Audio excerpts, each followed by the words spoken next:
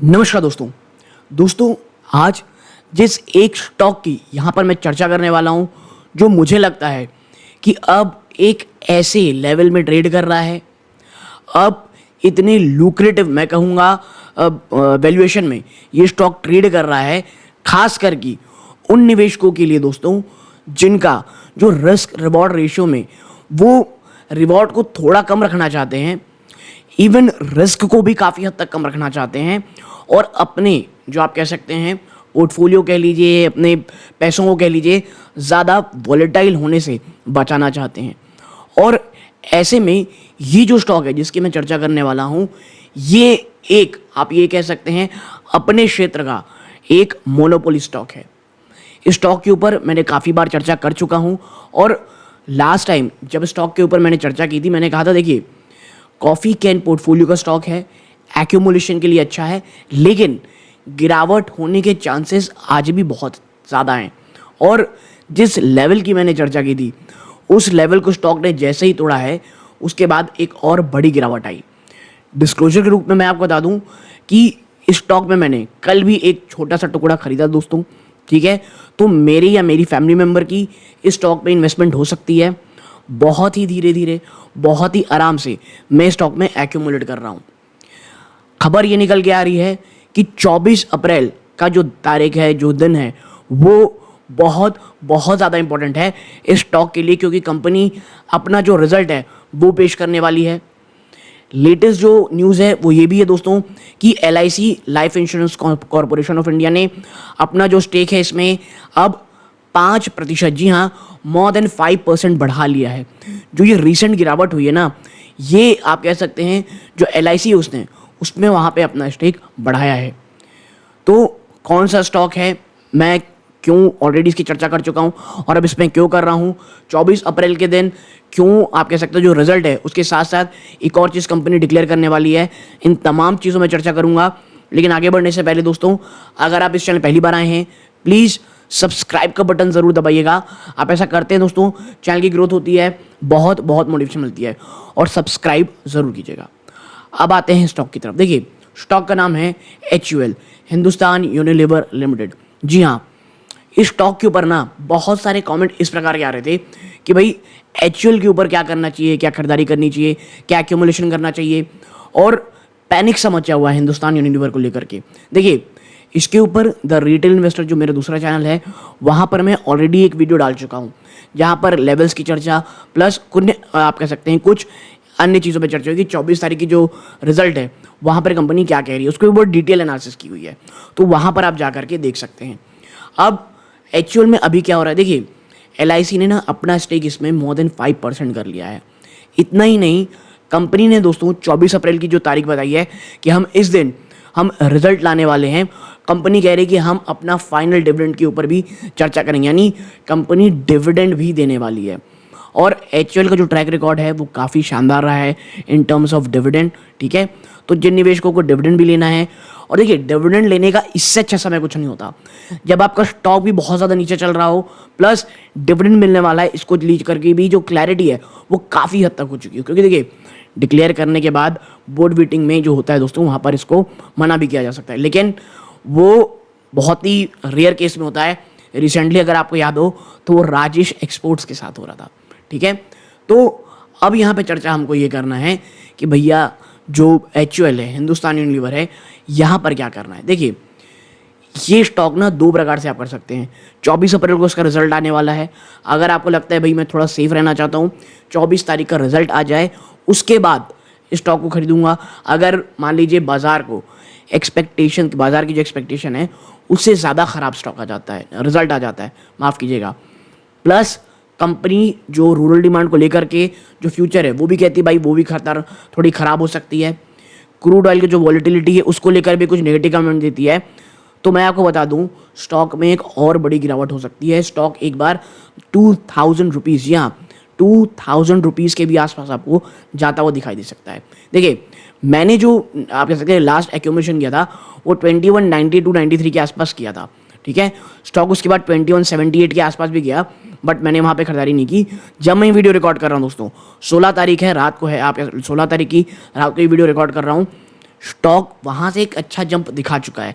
लेकिन मैं हमेशा कहता हूँ जब इतनी भयंकर गिरावट होती है ना, तो याद रखिएगा डेड कैट बाउंस के भी सिनेरियोज बनते हैं कि भैया इतनी गिरावट हो गई, एक छोटा सा जंप दे देते हैं। तो उस ट्रैप में हमको नहीं फंसना है। और अगर आप आपने इन्वेस्टर हैं, आपने लिया हुआ है, तो फिर तो चिंता करने की कोई ज़रूरत ही नहीं है दोस्तों, ठीक है। क्योंकि मैं हमेशा कहता हूँ 5 to 10% गिरावट आप कह सकते हैं इन्वेस्टमेंट स्टॉक्स में हो सकती है। और जो पॉजिटिव ट्रिगर्स आने वाले समय में, एक तो LIC की स्टेक मैंने आपको बताई, इसके साथ ही साथ मैं बता दूं मॉनसून अब या तो अबव एवरेज होने वाला है, या आप कह सकते हैं ओवरऑल 102% कहा जा रहा है कि ओवरऑल इंडिया में जो मॉनसून है वो आएगा दोस्तों। और अल नीनो के बजाय लाल नीना आने वाली, यानी जो एक रेन डेफिसिट की बात कही जा रही थी, कहा यह जा रहा है बारिश शायद इस बार अच्छी होगी दोस्तों। और देखिए अगर ऐसा होता है ना, तो एक्चुअल में मुझे इसलिए ज़्यादा चीज़ अच्छी लगती है कि बहुत सारी निगेटिविटी प्राइस इन हो गई है इसमें, ठीक है। यहाँ से बहुत ज़्यादा गिरावट की उम्मीद करना मुझे बेमानी लगता है। मुझे ऐसा लगता है कि नहीं, इससे ज़्यादा गिरावट नहीं हो सकती। मैं गिरावट जब कहता हूँ तो भैया ऐसा नहीं कि यहाँ से हो ही नहीं सकती, कोई बहुत भयंकर हो जाए, ये मुझे ऐसा लगता है कि ऐसा नहीं होने वाला। हाँ, Q4 के जो नतीजे आएंगे उसको हमको बहुत ही ज़्यादा बारीकी से देखने पड़ेंगे, और उसकी हमको स्क्रूटनी ये करनी पड़ेगी कि भाई कहाँ पर एक आप कह सकते हैं मजबूती दिख रही है और कहाँ पर स्टॉक में आपको एक वीकनेस देखने को मिल रहा है, ठीक है।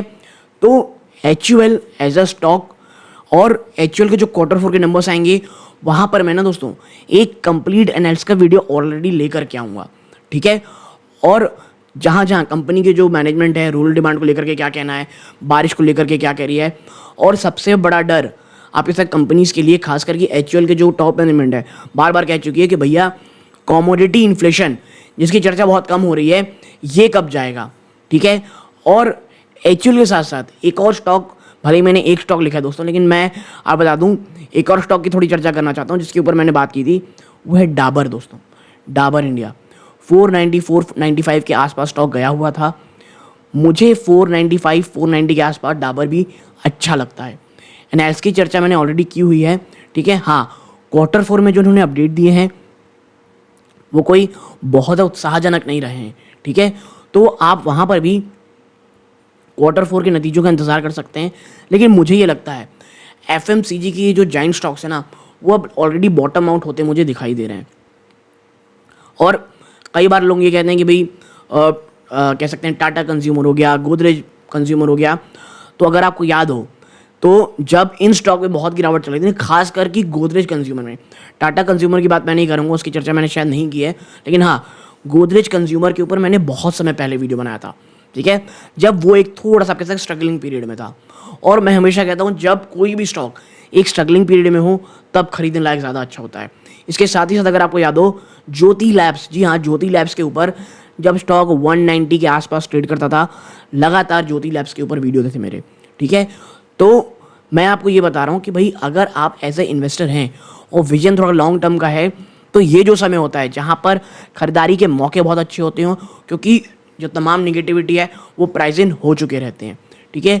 और Q4 के नतीजे आने वाले हैं, प्लस कंपनी डिविडेंड भी देने वाली है, तो जो डिविडेंड पसंद होंगे उनके लिए भी एक ये अच्छा मौका हो सकती है।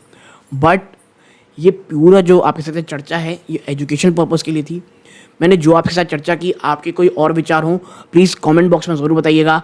आपको क्या लगता है कि ये जो Q4 के जो नतीजे आने वाले हैं, क्या इस समय जो पूरा का पूरा जो FMCG सेक्टर है ये बॉटम आउट होते दिखाई देगा, या इसके बाद भी कुछ पेन आपको आने वाले 1-2 क्वार्टर में देखने को मिल सकते हैं। एक और चीज़ मैं पढ़ रहा था कि एक बहुत अच्छा आर्टिकल आया हुआ था कि श्रिंकफ्लेशन वापस आने वाला है। श्रिंकफ्लेशन आप कह सकते हैं कि दाम वही रहते हैं, जो पैकेट्स होते हैं वो छोटे हो जाते हैं। तो कहा यह जा रहा है कि अपने आप कह सकते हैं मार्जिन कह लीजिए या कुछ भी कह लीजिए, उसे सेव करने के लिए कंपनियां शायद श्रिंकफ्लेशन का सहारा ले सकती हैं कि दाम बढ़ाएंगे तो जिस प्रकार की अभी इतनी कंपटीशन चल रही है वो उतना पॉसिबल नहीं होगा, उसकी बजाय श्रिंकफ्लेशन की ओर कंपनी जाना शुरू करने वाली है। अब ये कैसा होगा ये आने वाला समय बताएगा। प्लस HUL के लिए होगा देखना पड़ेगा हमको कि भैया कंपनी कहाँ कहाँ अपना मार्केट शेयर गेन कर रही है, मार्जिन कितना ज़्यादा हिट हुआ है, और कंपनी फ्यूचर को लेकर के आगे क्या कह रही है दोस्तों, ठीक है। तो HUL के ऊपर एक छोटी सी एनालिसिस प्लस डाबर के ऊपर भी थोड़ी बहुत हमने चर्चा की। आपके कोई विचार हो या किसी स्टॉक के ऊपर एनालिसिस आपको करवानी है, कमेंट बॉक्स में ज़रूर से ज़रूर बताइएगा दोस्तों। यहाँ तक जुड़े रहे, अपना कीमती समय दिया, इस बात का बहुत बहुत धन्यवाद दोस्तों। ये इस वीडियो का अंत है। जय हिंद दोस्तों।